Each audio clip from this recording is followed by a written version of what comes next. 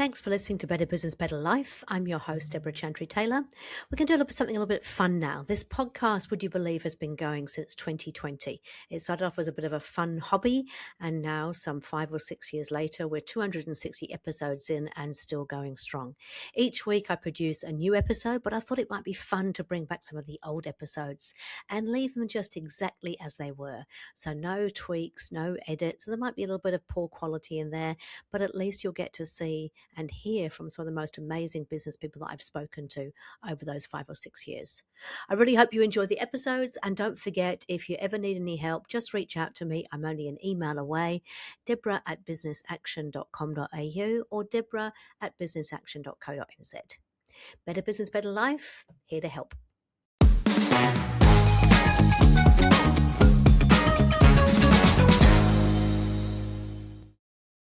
So good morning. Welcome to another episode of Better Business, Better Life. Today, I'm very privileged with Daniel Davis. And Daniel is the community leader for the APAC region for EOS worldwide.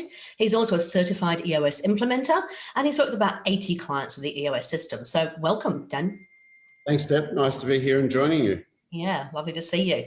Hey, Dan, you've got a very, very interesting journey, haven't you? Because you actually brought EOS into the APAC region. Would you like to share a little bit about your journey? And you're, of course, a business owner for many years. We'd like to share a little bit about your journey and where you got to, and perhaps within that, share a professional and a personal best. Sure. So I'll probably kick off with the personal and business best because I know I'll forget otherwise. So personal best has been my lap times at the track lately. So as you know, I like my car racing and motorbike racing, and Yes. It's nice to be back at the track after the last year or so of having the lockouts. So that's been nice. And business best has been just the client's success that I've seen occurring, and their ability to adapt to all the changes that have been coming around over the last year and continue actually as we speak. We're back in a lockdown here in Sydney. So they're my personal and business bests. How I got involved with this, bringing EOS to here, if I was to give you the fast version, I started the first business when I was 21, a small IGA supermarket up in the Blue Mountains.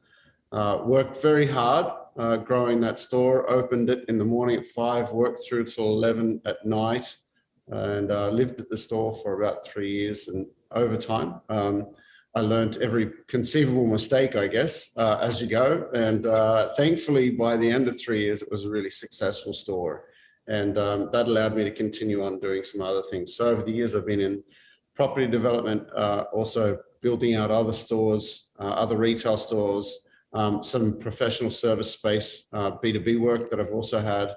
And I guess how I stumbled into this space was after investing into a friend's company. And I didn't do any due diligence. He was one of my best friends from school. But the short story was I lost a few $1 million in that venture. Yep. And it led me to seek help. I wasn't sure how to fix the problem.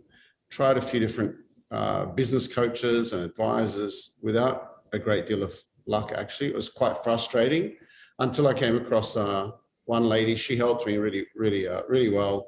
And I actually found my passion of wanting to understand the science of business and help the business owners out there. So I ended up buying out her business and growing it. And then I came across EOS. I read Traction after a person sitting in an audience, actually. I was speaking at an event and somebody came up and said, "Hey, you've got this twin brother called Gino Wickman, Detroit, Michigan. You look like him and you sound like him, and you need to check out this book called Traction." And so I read the book on a flight and never looked back. I thought it was just fantastic. It was a simplified version of what I was doing in my consulting firm, and flew to the US, met the team, fell in love, I guess, and brought the brand down here to the APAC region. And that was about 6 years ago now. So since then, I've had the pleasure of growing the brand here and training about 25 other people, other implementers like yourself and the rest of our crew down here that go out and help people every day. So that's the fastest version I can give of the journey so far. So what was it that you fell in love with specifically? Simplicity, simplicity, you know, and we share this with clients: simple, not easy. And I think there's a really powerful takeaway there. If we look at, it's interesting, right now we're in a lockdown here in Sydney. And when you look at some statistics, what I find intriguing is that the largest health issue that we have in the world is, heart disease and associated problems, diabetes, etc. And when we look at the solutions, there's actually a solution. It's exercise and eating right. It's not that difficult, right? Sure, they can try and create tablets for it that will help us be able to live our abusive lives, but on how we look after ourselves. But if people just exercise properly every day and ate the right foods, in most cases, you'd wipe out 90% of the issues, right? Yep. So, but it's not easy. So that's what I mean by simple, not easy. So that's what EOS is for business, is very simple, not easy. And I think what makes it easier is the work that we do with clients, kind of holding their hand through that. No different to what I guess a professional personal trainer would do, helping a fitness and health challenge. Okay. And so when you were running your own business, what were the biggest challenges you came across? I think the main thing would be the lack of experience. I mean, I was 21 when I first started, and I learned some great insights around what it takes to run a successful retail store. Yeah. So I ran, and I always enjoyed working with people. So I think, building a team of people that enjoyed what they do, that part perhaps came easy, but managing them and managing everything else that goes into running a business like that, it was challenging. And there was no instruction manual on how to do it. It was quite tough. So yeah, kind of learned the hard way of just getting in there and living and breathing it all day, every day, until I got good at it. Yeah, fantastic. So we, EOS, obviously a very simple system. We talk about the EOS life and what it means to live the EOS life. I know that you're there, aren't you, in terms of actually living that. Would you like to share us a little bit about what that looks like, what that means? And yeah. Sure. So and there's a book coming out on this soon, I think in the next 12 months, which would be great for everyone to read. But put simply, it's 5 things. We say doing what you love. Yep. So when we say doing what you love, I think that the takeaway there is, for me anyway, is find that thing that you enjoy doing. Now, I think some people have this romantic notion that it's going to be some beautiful story, right? I don't think it means that it's going to be some easy thing. It's about just having something that you enjoy and that you're passionate about. Doesn't mean it's easy. So doing what you love. And I think the only way you'll find that is to try a few different things on, particularly in those early years of your career. Don't be afraid to try something different. With people that you love. I'd say this is one of the most important parts. And as business owners, the people listening to this, I'd say, understand these 2 things. We're the ones who recruit the staff members and decide whether or not to keep them on board. So surround yourself with people that you love. And when you've mastered this, it's also choosing the clients that you love. That's when you know you've nailed it in life. That's one of the best things of EOS life for myself anyway. I think having that ability to choose who I work with. Making a significant difference. This is an interesting one because I think most people, if you were really to question them, they probably don't think that they make a significant difference every day. And it's probably because they're not reflecting on the impact of the work that they do. So even back to my first store, the IGA store, a small supermarket in the Blue Mountains, west of Sydney, kind of country area. It was very quiet, a lot of elderly people. And I'd always be talking to my staff about just remember the impact that you make. Some of the people that visit our store, this is the highlight of their day. So when you go to the extra effort of greeting them when they come in and seeing how they're doing and making sure that the music playing through the store is music that's going to be appropriate for them, it makes a difference. And as a result, it was one of the driving factors that I think drove our success in that store. So making a significant difference is important, realizing the impact that you have. All of us have impact every day. Just a few think of how great that is. Being compensated appropriately is just being paid well for what you do, but also looking beyond just the money. It's like, what else do you get in terms of compensation for what you do? I think, again, if you're doing something that you enjoy, it's purpose driven, including even as simple as working in a retail supermarket, it can make a difference. Yep. And with time to pursue other passions, that's what I'm still working on, open and honest. And I kind of think in life, the thing about EOS life is it kind of goes in that sequence, right? Finding that thing that you love, doing it with people that you love. You get paid well once you've mastered something. You make a more significant difference. Again, the more you master something, the more impact that you have. And then time to pursue other passions. Well, that's not overcommitting on the work front and making sure that you leave time for other things. And I'm trying to get better at that as I go. Yeah, I think you're doing pretty good, aren't you? You're I'm spending trying. good time with your family and whatnot, which is great. Okay, so how do businesses get to that sort of stage? I mean, obviously the EOS model is designed to help them to do that. Yep. Can you just take us through, I suppose, a journey with a client? What typically happens in that EOS process, and what do you do with them? So it's a process that we've been using for 2 decades now, so 20 years of history and more than 11,000 companies of all different industries, and so it's a system that works for basically every business out there. And we follow a process that goes for approximately 2 years from the time of initial engagement through to what we'd call graduation, where you're learning and implementing a simple but highly effective set of tools into the business that helps them bring their vision. Firstly, we help them clarify what is that vision, what is it that they want, because it varies from business to business, individual to individual. So getting clarity around what they want, getting them all on the same page, and then giving them a set of tools that help them bring that vision into reality. And we say that we help them with 3 things called vision, traction, and healthy. Vision from the standpoint of simplifying, clarifying that vision.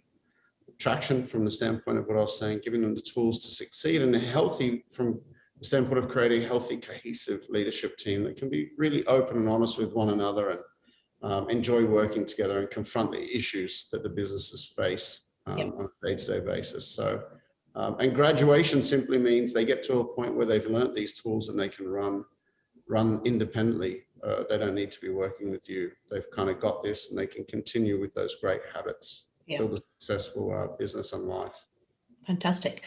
So clients that come to you, why would they usually come? What are their biggest kind of challenges that they go, oh my gosh, I need some help?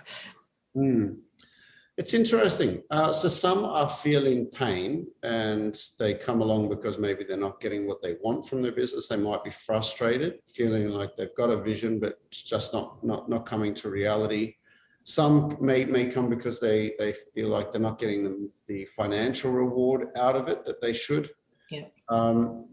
And what I'm finding though, however, is many of them just come along nowadays because they're referred to me from my existing client base, and they're actually independently successful people in their own right. They're just looking and thinking, I think I could do better.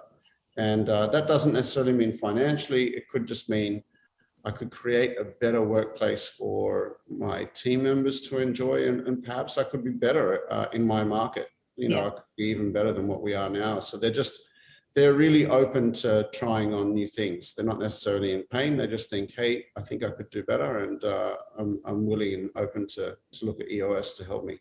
Yeah, I sort of liken that. I say that when my clients come to me, they're usually good businesses. When you look from the outside in, they're good in terms of they're making good money, they enjoy what they're doing, but they just feel that there's something not quite, something missing, and they could be doing better. And so they come to actually get advice about how they can take it to that next level, which is great. And as you said, that's not just financial, but it can be around, having more time to do what they love, maybe, creating a better environment, whatever it might be. Yeah.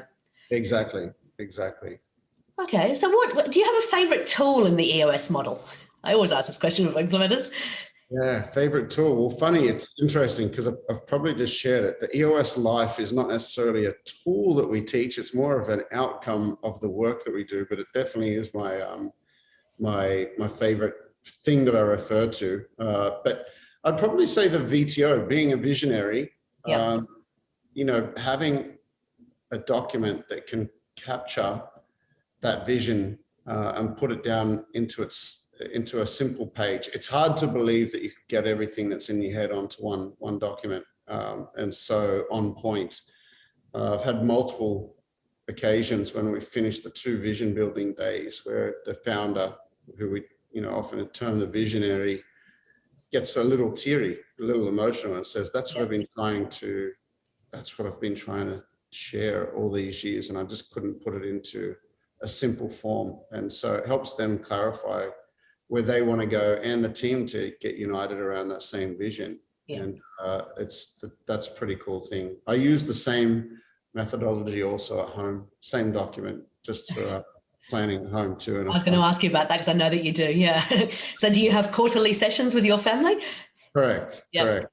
I mean, my boys didn't want to attend initially, but now that they're getting to an older age, 17 and 15, they're more interested, and they like the whole planning tool because they're starting to realize the power of it. Yeah, fantastic. Okay, cool. I was going to ask, in terms of the, that making a significant difference thing. I've lost much to ask. I was just going to observe, actually. I'm down in Wellington at the moment. I'm here for a conference, and I was in a hotel yesterday, and I went to get breakfast, and there was a guy who was cooking omelettes there. And I went over and he asked me what I wanted, and I told him, and he very grumpily kind of went, and sort of started making this omelette. He got it wrong, which was another thing. But anyway, at the end of it, it just wasn't a very pleasant experience. So I went back to have breakfast with Steve, and I said, God, the guy making the omelettes today, he was really grumpy, and it made me feel really grumpy as well. And Steve said, well, it's a really boring job and it's really repetitive. And I said, yeah, but I went to Fiji a few years ago, and there was a guy there who was making omelettes, and he was the best person I've ever met in a kitchen because he was happy, he was joyful, he was engaging with people, and he would actually make my morning. Like every morning I'd go in and order an omelette, and he was making hundreds of omelettes, probably boring as batshit, but he would actually, hi, how you doing, and have a chat to you and really engage with you. And I think it could either make or break your morning. So yesterday's morning, I could have chosen to actually get really pissed off with it, but I just moved on. But it was just not a great start. Whereas in Fiji, the guy had a real passion for making people's mornings. Yeah. I think that's something that I was fortunate enough to learn really early on. Working in a retail environment, working in a service station, right? So gas station for the American listeners, but cars come in, they put fuel in, and they come in. It's not the most exciting job in the world. I quickly came to realize that it can also be a really miserable job for me, or I can learn how to flip that and I guess become the Fijian omelet maker. Yeah. I can have fun with this, and I can make it enjoyable, and like attracts like, and also positive or negative energy. When you give it off, you often receive it back. And so when you do flip that and you're giving off that positive energy, it builds the same. And you'll find that you become, very, very, very popular. The store did really well as a result. Yeah. We obsessed over it so much in that first store of mine that we had 2 of my staff members left in people's wills. That's how impactful we were. I mean, we were the #1 store in the country, and it ran off the very simple premise that my team really went above and beyond to be exactly what you just described there. Just have some fun, take an interest in the customers that were coming through, and always ask them, how could I do better? How could I make that experience that little bit better? And as a result, it made it fun and challenging, gave us something to do in the store rather than it being boring. Yeah. And we built something really special, and we genuinely loved working there. It was a really enjoyable experience. The customers enjoyed it and valued it, and so did my team members. It was a 2-way street. So how do you instill that kind of behavior into the team? What's the sort of the magic tool that you use to get them all on that same page and deliver that excellent service? I think it really comes down to this thing of mindset. It's the way that you think about things, whatever the task might be. I remember when I first started in retail, part of the job was the cleaning. I had to clean bathrooms, I had to clean toilets, I had to mop the floors. And I could either look at that as a real negative, or I could think, I just want to have the best floor and the cleanest toilet that's ever existed. And so that's what I did. And I kind of took that same philosophy through to everything that I did throughout my business life. And I used to say that, share the same thing with the team. We can come in here and be miserable for the entire shift, or you can have some fun here and try and be the best. There's an art form to everything, even mopping the floor. There is an art to it, right? Because you got to do it quick. You got to make it clean. And in a retail environment, the challenge that you've got is people are constantly coming back in every 5 minutes, and they're messing it back up. And if it's too wet, people are going to slip over. Yep. So how's that for ironic? So you have to get the water really hot. Yes. And then it basically, dries pretty damn quick. So even now, all these years later, I remember the art form. I've mopped many floors in my life. That's awesome. I enjoyed it. Yeah. Yeah. So it also comes back to that kind of core values as well, though, in the people that you employ, like employing the right people in your business as well, I'm assuming. So in IGA, how did you pick the right people? What did that look like? Yeah.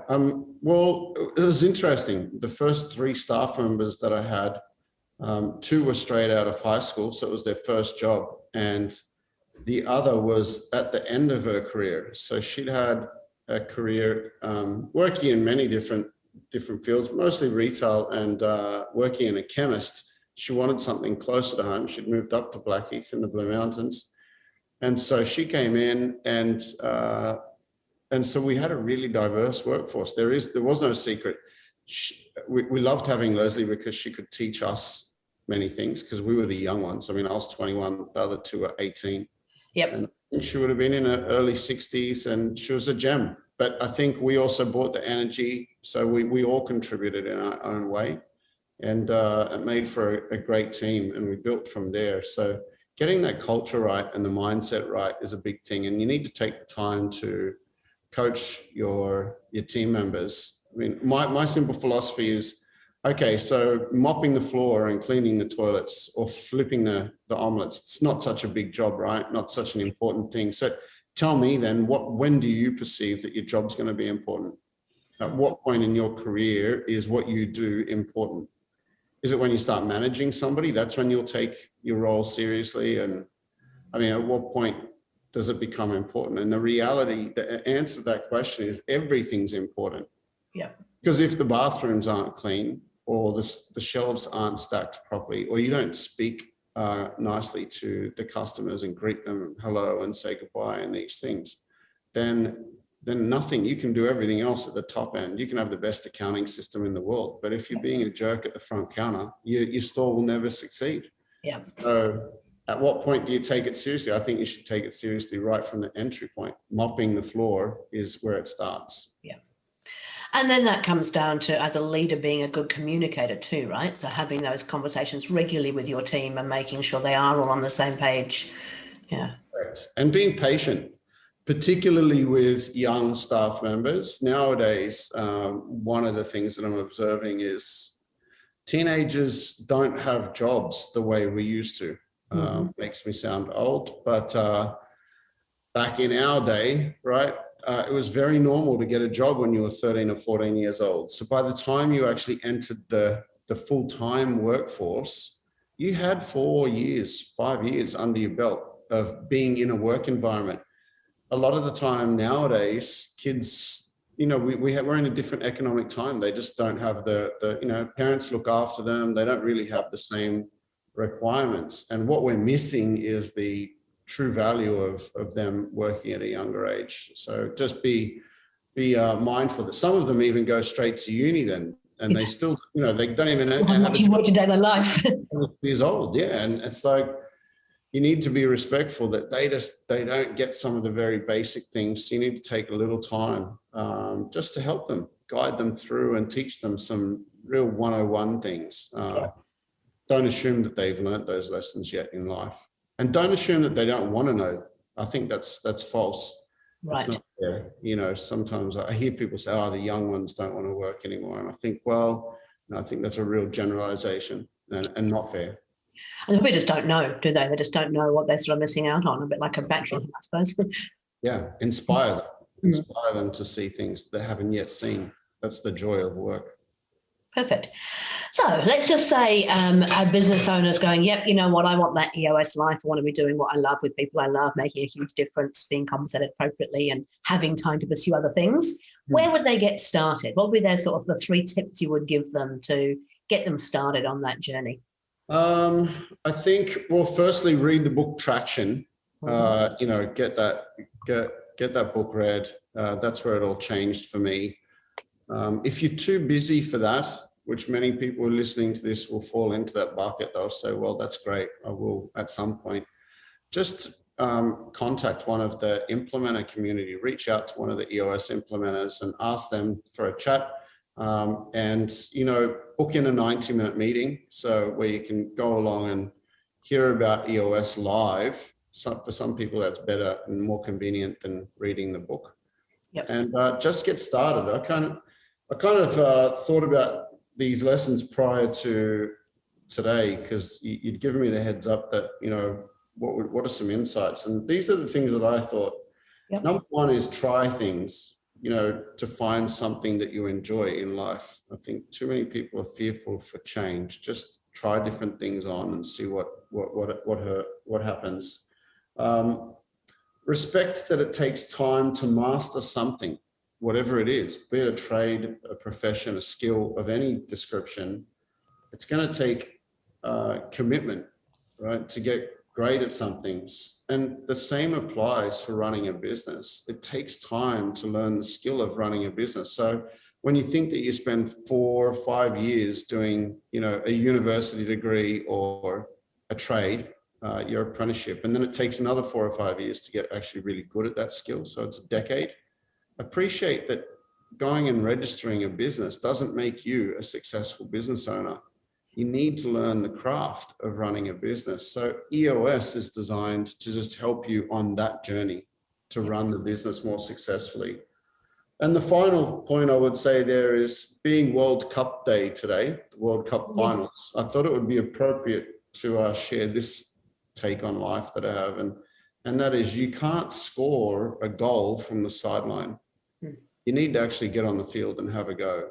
And I often see too many people sitting on the sideline, either critiquing everyone else or criticizing everyone else in a negative way, or they're sitting there reading too many books, going to too many conferences. Yeah. They do too much education, and they just don't realize until you get out there and kick that ball, you've got no chance. It's impossible to try and score a goal. So get out there and have a go.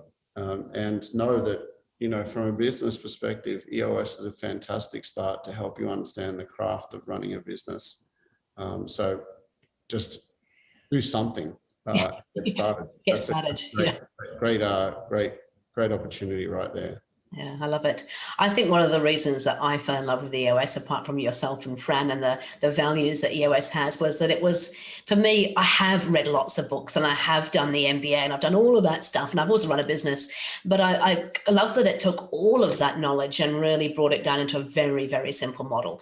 And I think you're absolutely right. We can almost get like analysis by paralysis, or paralysis by analysis, one of those, where you basically, you know, you can just keep reading and reading, and there's so much stuff out there. But when you take it back to its absolute core basics, that's what EOS is. It's the simplicity of the really, basic stuff that the business needs. Yeah, 100%. It's phenomenal, the statistics that I see. So for all the listeners out there worried about their kids in school who are mucking up and being difficult, here's some statistics to take away. I would say somewhere between 80 and 90% of the companies that I've worked with, the founder or founders have been the ones who are mucking up at school. They didn't fit in. They didn't find school easy. They had learning issues, etc. And then they've gone out to the workplace and they've dominated. And interestingly, the rest of the leadership team are the educated people who beat them in school. And then they end up working for the person who wasn't so great at school. And I think that part of the reason of that is some of the founders are just, they're street smart, but they're not necessarily book smart. They're not the ones with the great education. And I think what I see is they can't see the dangers. When people go to uni, they actually realize all of the dangers associated with running a business. They know the failure rate and they know the statistics, and that makes them, like you say, paralyzed to think, oh, I don't know if I can do this. Yep. Whereas some of these founders, I think most of them just blindly go in thinking, yeah, I'll be okay, and they have no idea what they're about to embark on, but they think that they'll be fine. And thankfully, if they're working with one of us, they tend to work out that way statistically. It's pretty much 100% success rate. So we're here to help the crazy ones. Excellent. Yeah, I love that. Brilliant. Okay, Dan, we're kind of getting to the end of the session. I just want to thank you so much for sharing all that stuff with us. In terms of the clients that you love to work with, what does your ideal client look like, and how would they get in contact with you? I love to work with clients. Primarily, I love to work with clients that have been referred to me from my existing. If I'm open and honest, I've become a little bit spoiled like that, and that is because like attracts like. It's what I shared earlier, right? So great people tend to know other great people who are values aligned. That's my first port of call. But people who are passionate about what they do and they genuinely want to build a business that has a positive impact on its customers and for its people. If you're just coming to me because you want to increase that bottom line and that's your obsession, I just don't really have any interest. To me, that's a byproduct of getting the other two things right. When you've got customers that love you and a team that loves you, the rest of the things tend to fall into place. And so passion-driven people is what I typically like to work with. Perfect. And if they wanted to get somebody to get hold of you, how would they do that? LinkedIn is probably the easiest way. So they can just search me up, Daniel Davis, on LinkedIn, Sydney, Australia. There's probably a lot of those, actually. I was going to say, you must be got a few of those, yeah. Just put in EOS implementer, something like that, and I'm sure they'll find me, the bald guy. Yeah. Or otherwise, just reach out to you, Deb. Yeah, sure, of course. Yeah. Just one last question for you. Your sons, what do you think your sons are going to end up doing? I'm quite fascinated because they've obviously been brought up in a very entrepreneurial family and with the EOS life and the VTO. Yeah. Good question. And they really have, because our entire family, pretty much my extended family, all run their own businesses too. So very, very entrepreneurial business family. And they both, the two oldest ones basically are looking to go and get trades at the moment. So yeah, they're talking about plumbing and the other one being in carpentry. So they love the idea of being able to run their own business, and they look at it as something that's not going to be heavily impacted by technology, and it helps people and ticks the boxes. And they're pretty active guys. They like the idea of having something different every day. So that's, after all those private school fees that I've paid, they're going into to do a trade. And as they both have wisely responded to me, it wasn't their choice to go through the private system. You wasted money. You should have bought us a property. And I'm like, okay, you don't get it all right. And they were spot on. So the third one will not be going private school. Oh, Dan, that's brilliant. Hey, look, thank you so much for your time. Really appreciate it. Look forward to catching up with you again. Hopefully once these borders get themselves opened and we get things back under control. But in the meantime, I look forward to seeing you online. Yeah, thanks, Deb. Great to be joining you.